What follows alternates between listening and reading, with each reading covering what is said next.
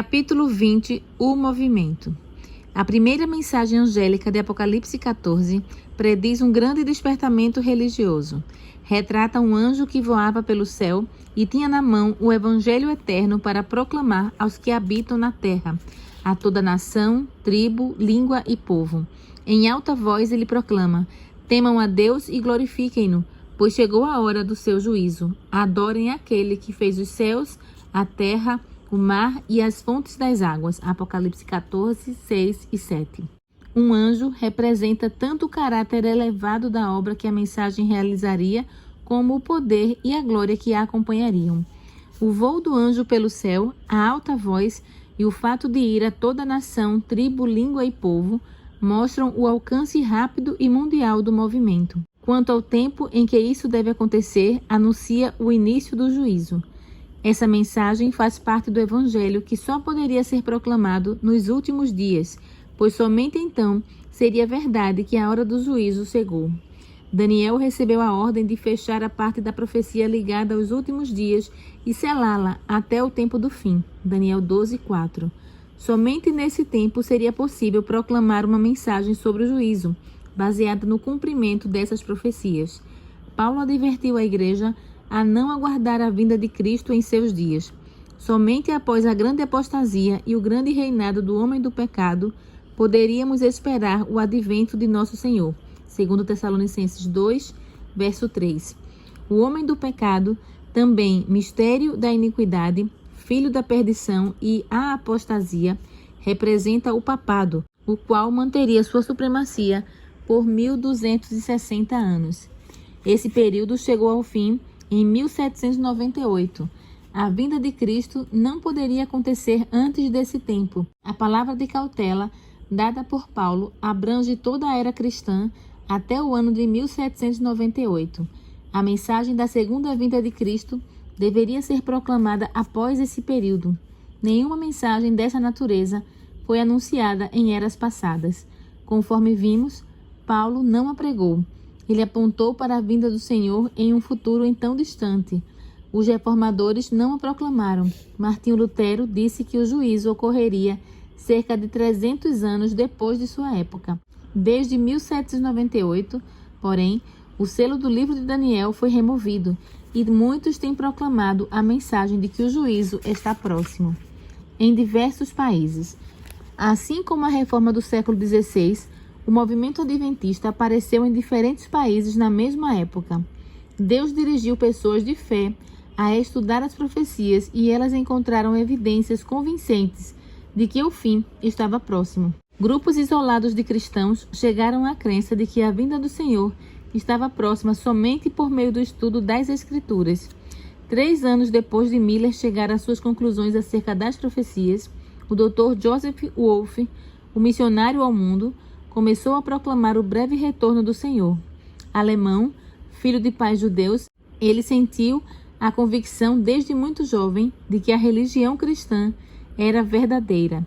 Ele ouvia com atenção as conversas na casa de seu pai, nas quais judeus devotos se reuniam para conversar sobre a esperança de seu povo, a glória do Messias vindouro e a restauração de Israel.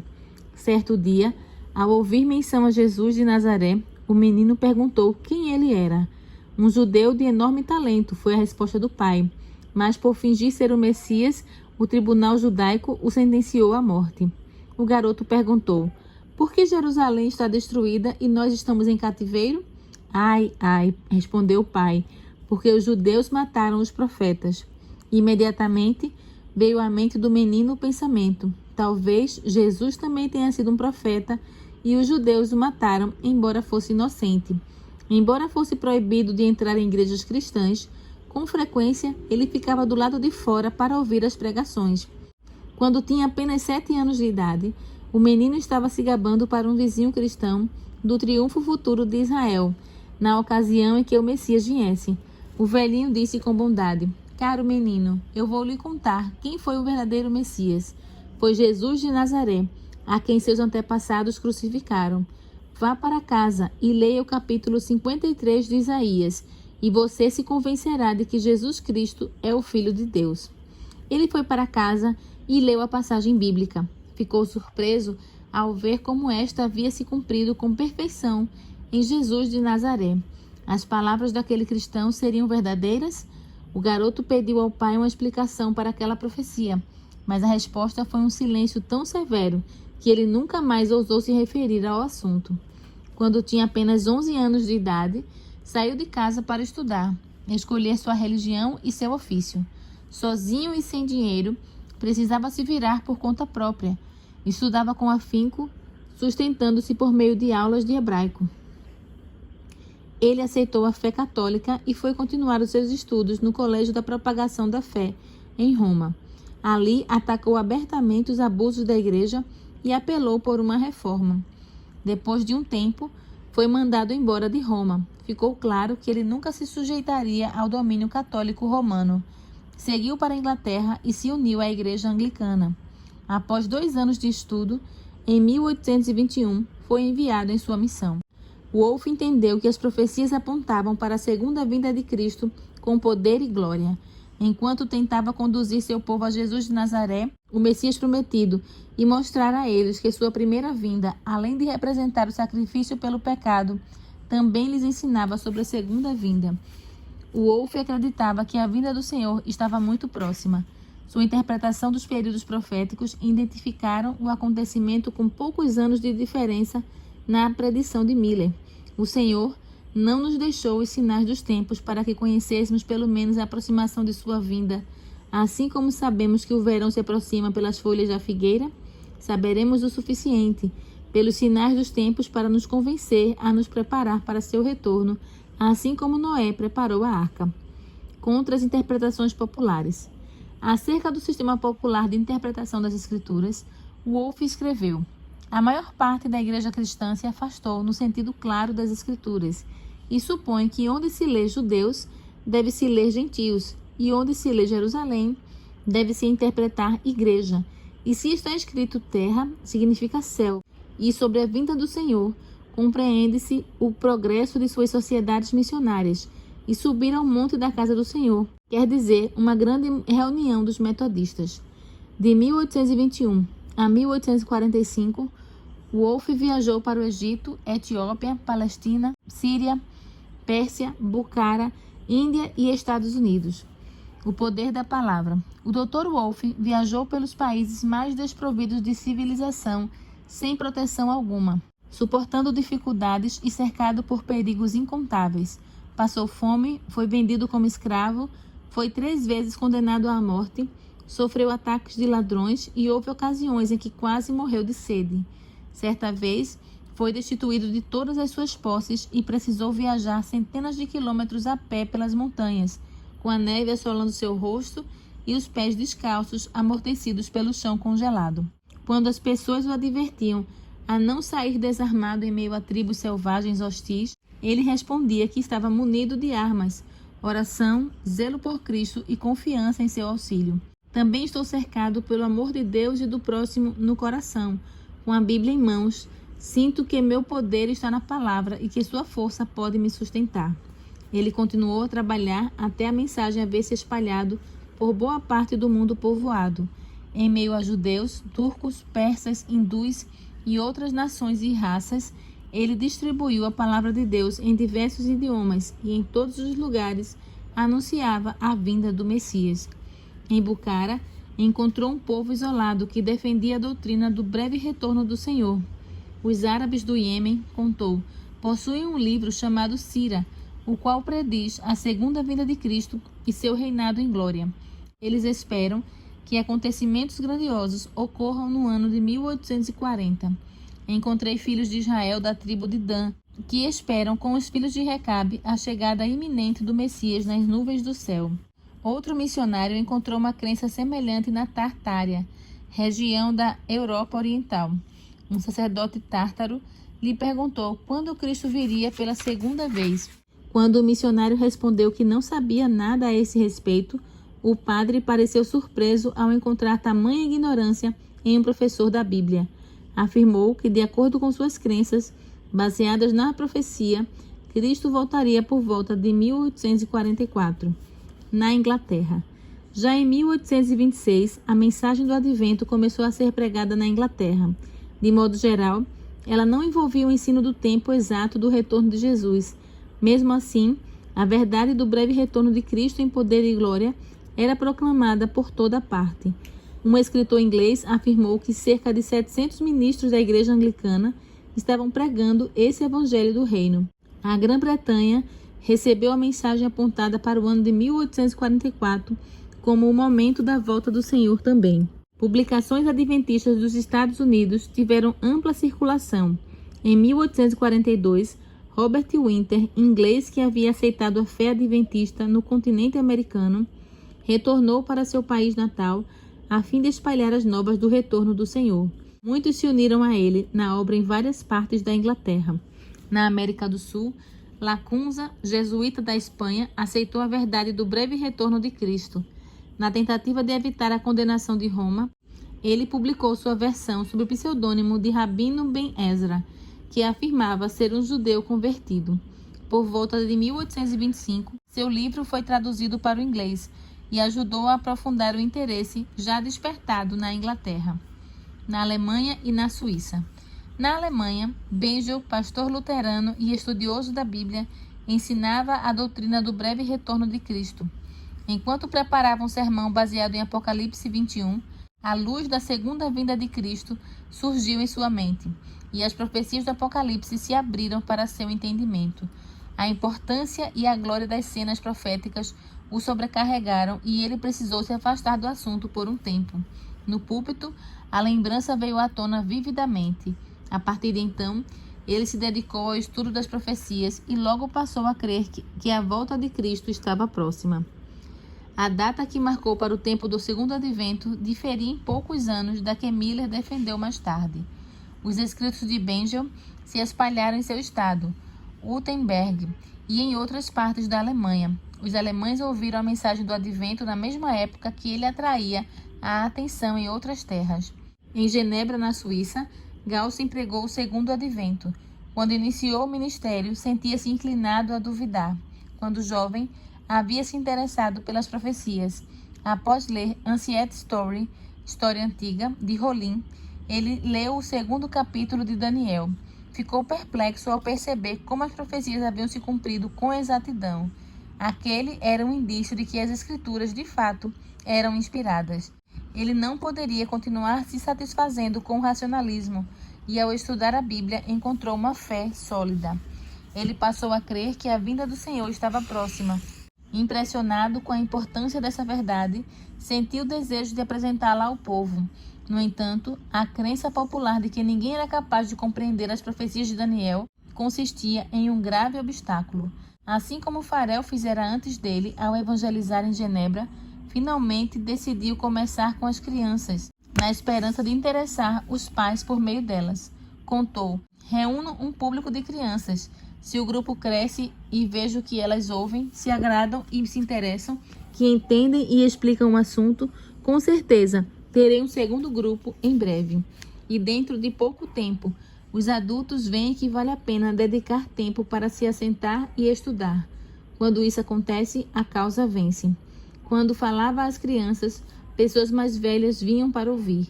Os assentos de sua igreja ficavam cheios de ouvintes, pessoas de posição e conhecimento, bem como de estrangeiros e desconhecidos que visitavam Genebra. Por sua vez, eles levavam a mensagem a outras partes. Incentivado por isso, Gaussen publicou suas lições com a esperança de promover o estudo dos livros proféticos. Posteriormente, tornou-se professor na Faculdade de Teologia, mas aos domingos continuava sua obra de falar às crianças e instruí-las nas Escrituras. De sua cátedra professoral por meio da imprensa e como mestre dos pequeninos, por muitos anos ele atuou como um instrumento para chamar a atenção do povo às profecias que mostravam a proximidade da vinda do Senhor. Crianças na Escandinávia. A mensagem do Advento também foi proclamada na Escandinávia. Despertou muitas pessoas a confessar e abandonar seus pecados, pedindo perdão em nome de Cristo. Contudo, o clero da igreja estatal se opôs aos movimentos e alguns dos que pregavam a mensagem foram lançados na prisão. Em muitos lugares, onde os oficiais silenciaram os pregadores do breve retorno do Senhor, Deus proclamou a mensagem por meio de criancinhas. Como eram menores de idade, o Estado não podia detê-las e tinham permissão de falar sem interferência. Nos lares simples dos trabalhadores, as pessoas se reuniam para ouvir a advertência. Alguns dos pregadores infantis não tinham mais do que 6 ou 8 anos de idade. Embora sua vida demonstrasse que amavam o Salvador, normalmente manifestavam apenas a inteligência e a capacidade que as crianças de sua idade costumam ter. Entretanto, quando se levantavam diante das pessoas, uma influência, além de seus dons naturais, as movia. Seu tom de voz e postura mudavam e, com poder solene, davam o alerta do juízo. Temam a Deus e glorifiquem-no, pois chegou a hora do seu juízo. As pessoas ouviam com tremor o Espírito de Deus falar aos corações. Muitos começaram a sondar as Escrituras. Bêbados e imorais mudavam de vida. Ocorreu uma mudança tão notável que até os pastores da igreja estatal precisaram admitir que a mão de Deus estava no movimento. Era da vontade de Deus anunciar as novas da vinda do Salvador na Escandinávia, e ele colocou seu espírito em crianças para cumprir a obra. Quando Jesus se aproximou de Jerusalém, as pessoas intimidadas pelos sacerdotes e governantes cessaram a alegre proclamação ao adentrarem as portas da cidade, mas as crianças no pátio do templo aprenderam o refrão e bradaram: Hosana ao filho de Davi. Mateus 21, 8 a 16. Assim como Deus trabalhou por intermédio de crianças na época do primeiro advento de Cristo, atuou por meio delas ao dar a mensagem de seu segundo advento.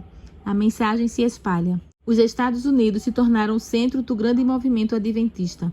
Os escritos de Miller e seus companheiros saíram de lá para chegar a terras distantes, onde quer que houvesse missionários pelo mundo. A mensagem do Evangelho eterno se espalhou por toda parte.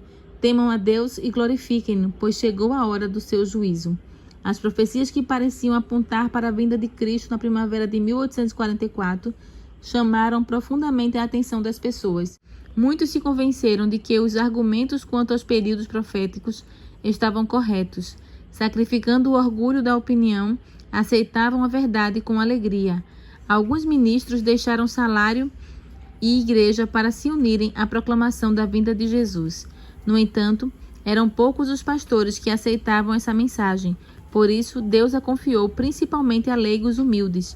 Fazendeiros deixavam os campos, mecânicos suas ferramentas, comerciantes sua mercadoria, profissionais os seus ofícios. Voluntariamente enfrentavam trabalho duro, pobreza e sofrimento, a fim de conclamar as pessoas ao arrependimento e à salvação.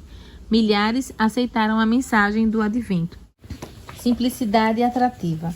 Assim como João Batista, os pregadores miravam o machado na raiz da árvore e apelavam para que todos dessem fruto que mostre o arrependimento. Mateus 3:8. Em forte contraste com a certeza de paz e segurança proveniente dos púlpitos populares, o testemunho simples das Escrituras levava à convicção que poucos eram capazes de resistir por completo. Muitos se achegaram ao Senhor em arrependimento. O sentimento que haviam dedicado às coisas terrenas por tanto tempo agora se destinava ao céu. Com o coração abrandado e submisso, uniram-se na proclamação da mensagem: temam a Deus e glorifiquem-no, pois chegou a hora do seu juízo. Pecadores perguntavam em lágrimas: o que devo fazer para ser salvo? Aqueles que haviam sido desonestos estavam ansiosos para consertar as coisas. Todos os que encontravam paz em Cristo ansiavam por ver outros partilharem as mesmas bênçãos. O coração dos pais se voltou aos dos filhos, e o coração dos filhos aos dos pais. Malaquias 4, 5 e 6. Barreiras de orgulho e relutância foram derrubadas. As pessoas faziam confissões sinceras. Em toda parte, corações suplicavam diante de Deus.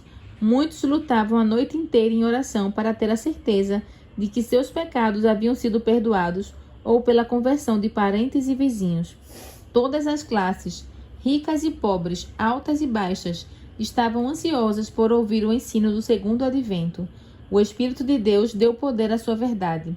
As pessoas sentiam a presença de santos anjos nessas reuniões e muitos se uniam aos fiéis todos os dias. Multidões imensas ouviam em silêncio as solenes palavras. Céu e terra pareciam se aproximar um do outro. As pessoas voltavam para casa com louvores nos lábios e o alegre som ecoava pelo ar silencioso da noite. Ninguém que tivesse participado daquelas reuniões conseguiria esquecer as cenas do mais profundo interesse. Oposição. A mensagem de um momento definido para a vinda de Cristo despertou forte oposição de muitas pessoas em todas as esferas da sociedade, do ministro no púlpito ao mais ousado e rebelde pecador.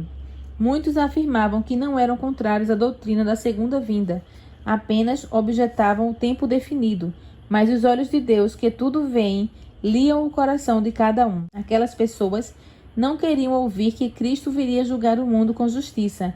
Suas obras não passariam na inspeção do Deus que sonda o coração, e tinham medo de encontrar seu Senhor. Assim como os judeus na época do primeiro advento de Cristo, aquelas pessoas não estavam preparadas para receber Jesus. Além de se recusar a ouvir os argumentos claros da Bíblia, ridicularizavam aqueles que aguardavam o Senhor. Satanás zombou de Cristo, dizendo que seu professo povo o amava tão pouco que não queria que ele voltasse. Aqueles que rejeitavam a fé do advento costumavam usar o argumento: ninguém sabe o dia nem a hora. A passagem bíblica diz: quanto ao dia e a hora, ninguém sabe, nem os anjos do céu, nem o Filho, senão somente o Pai. Mateus 24:36. Aqueles que aguardavam o Senhor davam uma explicação clara desse versículo e mostravam com toda clareza como seus oponentes o usavam de maneira equivocada. Uma declaração do Salvador não deve ser usada para invalidar outra. Embora ninguém saiba o dia nem a hora de sua vinda, somos instruídos a saber quando ela está próxima. Recusar ou negligenciar saber o quanto seu advento está perto será tão fatal para nós quanto foi para o povo dos dias de Noé não estar ciente da aproximação do dilúvio. Cristo disse: se você não estiver atento, virei como ladrão e você não saberá a que hora virei contra você. Apocalipse 3:3. Paulo fala sobre aqueles que aceitaram a advertência do Salvador. Mas vocês, irmãos, não estão em trevas para que esse dia os surpreenda como ladrão. Vocês todos são filhos da luz, filhos do dia. 1 Tessalonicenses 5:4 e 5. Entretanto, aqueles que queriam uma desculpa para rejeitar a verdade se recusavam a ouvir essa explicação, e as palavras "ninguém sabe o dia nem a hora" continuavam a ecoar na boca do zombador e até mesmo do suposto ministro de Cristo. Quando as pessoas começavam a perguntar sobre o caminho da salvação, líderes religiosos se intrometiam entre elas e a verdade, interpretando falsamente a palavra de Deus. Em geral, os mais devotos nas igrejas eram os primeiros a aceitar a mensagem. Onde quer que as pessoas não fossem controladas pelo clero, onde quer que buscassem a palavra de Deus por si mesmas, só precisavam comparar a doutrina do advento com as escrituras para se convencer de sua autoridade divina. Muitos eram desencaminhados por maridos, esposas, pais ou filhos e levados a crer que era pecado até mesmo ouvir as heresias que os adventistas ensinavam. Deus enviou anjos para vigiar fielmente tais pessoas, pois outra luz brilharia sobre elas de seu trono. Aqueles que haviam aceitado a mensagem aguardavam a vinda de seu Salvador. O momento no qual esperavam encontrá-lo estava quase chegando. Aproximavam-se dessa hora com calma e solenidade.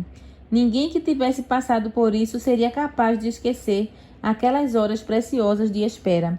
Algumas semanas antes do tempo, a maioria deixou de lado as atividades mundanas.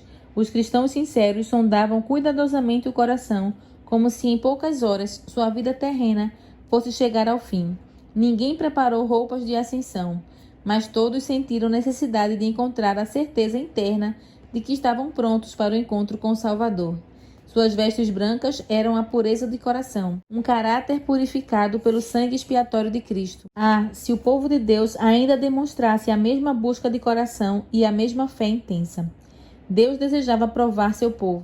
Sua mão cobriu um erro no cálculo dos períodos proféticos. O momento de expectativa, isto é, que Cristo voltaria na primavera de 1844, passou e Jesus não voltou. Aqueles que aguardavam o Salvador sentiram amargo desapontamento. No entanto, Deus estava provando o coração daqueles que afirmavam estar aguardando sua vinda. Muitos haviam agido por medo. Tais pessoas declararam que nunca tinham acreditado que Cristo viria. Estiveram entre os primeiros a ridicularizar a tristeza dos verdadeiros fiéis. Mesmo assim, Jesus e todo o céu olhavam com amor e compaixão para os fiéis desapontados. Se o véu que separa o visível do invisível pudesse ter sido aberto um pouco, esses cristãos leais teriam visto anjos se aproximando deles para protegê-los das flechas de Satanás.